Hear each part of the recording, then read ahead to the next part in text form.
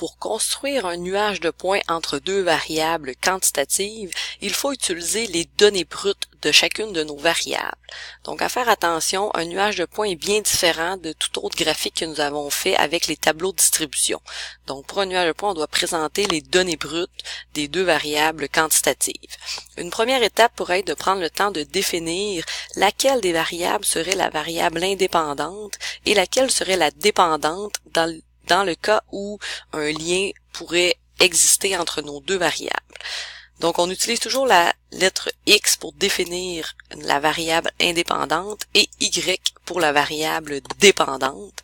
Et donc, ça représentera aussi les deux variables sur chacun des axes dans notre nuage de points. Donc, dans notre situation, nous avons deux variables ici à étudier dans notre nuage de points, c'est-à-dire le temps en secondes et la moyenne d'oxygène dégagé en pourcentage.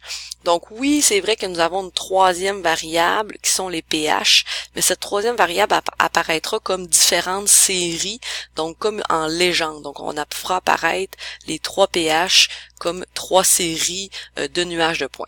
Donc ici, nos deux variables de départ qui nous intéressent, c'est le temps et la moyenne d'oxygène dégagé. Donc on veut voir est-ce qu'il pourrait exister un lien entre les deux.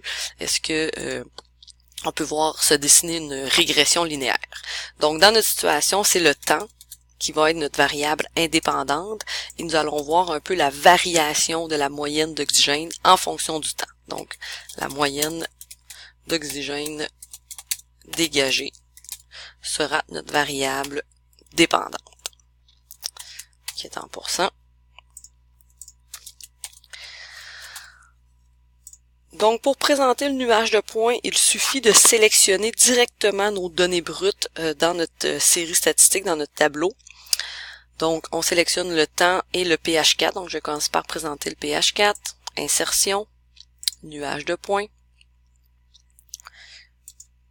Donc, on voit ici le nuage de points qui présente la moyenne dégagée du pH 4 en fonction du temps.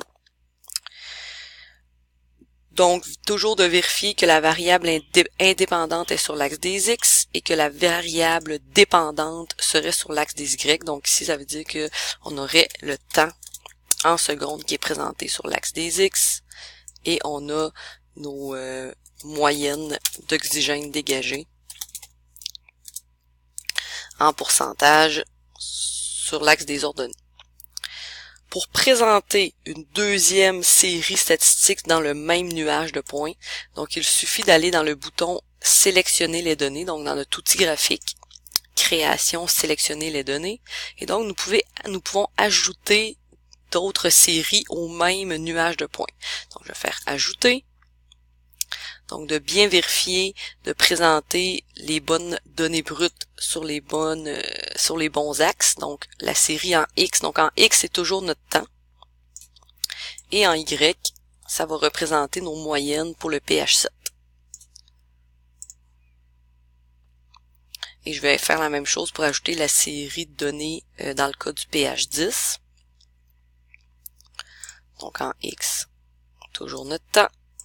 Et en Y, notre pH 10, notre moyenne d'oxygène. Donc, j'ai pas pensé tantôt, on peut aussi mettre directement le nom de cette série-là. Donc, on va aller les modifier justement pour qu'on les voit apparaître en légende. Donc, la série 2 était pour le pH 7. Et la série 1, je modifie le nom pour le pH 4. Ok, voilà, nous avons nos 3 séries de données pour nos moyennes d'oxygène dégagées sur la même représentation graphique. Donc ensuite, il faut présenter le nuage de points qui respecte les normes de présentation, donc toujours les titres des axes. Nous présentons la source s'il y a lieu.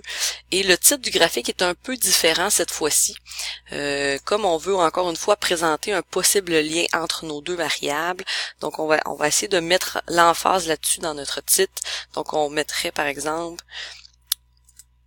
moyenne d'oxygène dégagée par la catalase selon le temps en fonction des différents pH. Donc, en fait, le titre pourrait être à peu près comme le titre de notre tableau, parce que là aussi, dans le tableau, on avait montré que nous voulons la quantité moyenne d'oxygène en fonction du temps.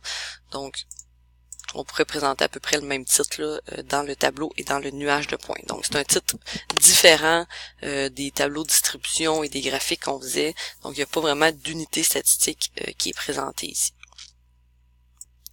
Dans le cas où vous devez présenter votre nuage de points dans un rapport de recherche dans lequel, par exemple, votre nuage ne serait pas en couleur, donc ça peut être intéressant d'aller changer les marqueurs de chacune de vos séries pour qu'on puisse les différencier en noir et blanc. Donc, comment le faire? Donc, vous pouvez en fait double-cliquer sur les marqueurs, sur les points pour faire afficher le menu à droite. Et ensuite, dans le petit pot de peinture, vous allez avoir l'option marque. Donc, dans le pot de peinture, marque. Et option des marqueurs. Donc, option des marqueurs. Donc, vous pouvez en fait choisir un symbole différent plutôt qu'avoir des cercles pour chaque point. Donc, on pourrait mettre par exemple un carré dans le cas du pH 7 et je pourrais mettre un triangle dans le cas du pH 10. Donc, ce qui me permettrait de bien différencier mes séries statistiques dans le cas où le rapport de laboratoire est en noir et blanc. Pour terminer, il pourrait être intéressant de présenter la courbe qui modéliserait le mieux possible notre nuage de points. Donc la courbe qui représenterait en fait le rapport entre la moyenne d'oxygène et le temps. Donc pour ce faire, en fait, encore une fois, si vous sélectionnez votre série statistique, donc par exemple, j'ai sélectionné le pH 7. Donc premièrement, je vais justement faire apparaître la légende pour qu'on puisse reconnaître. Donc série statistique, donc dans le plus, dans les éléments du graphique, donc je peux faire afficher la courbe de tendance. Donc dans notre cas, on s'intéresse à une courbe de tendance linéaire. Donc si on avait d'autres courbes de tendance intéressantes, on pourrait aller les chercher aussi. Mais nous, c'est la courbe de tendance linéaire qui nous intéresse. Donc je vais aller faire la même chose pour les autres. Courbe de tendance et courbe de tendance. Donc les trois courbes, des trois régressions linéaires qui modélisent nos nuages de points. Donc dans la légende, on peut aller effacer les mots linéaires là, pour chacun. Là. Donc juste avec la légende, les couleurs et les marqueurs, c'est suffisant. Et donc nous avons maintenant un nuage de points assez complet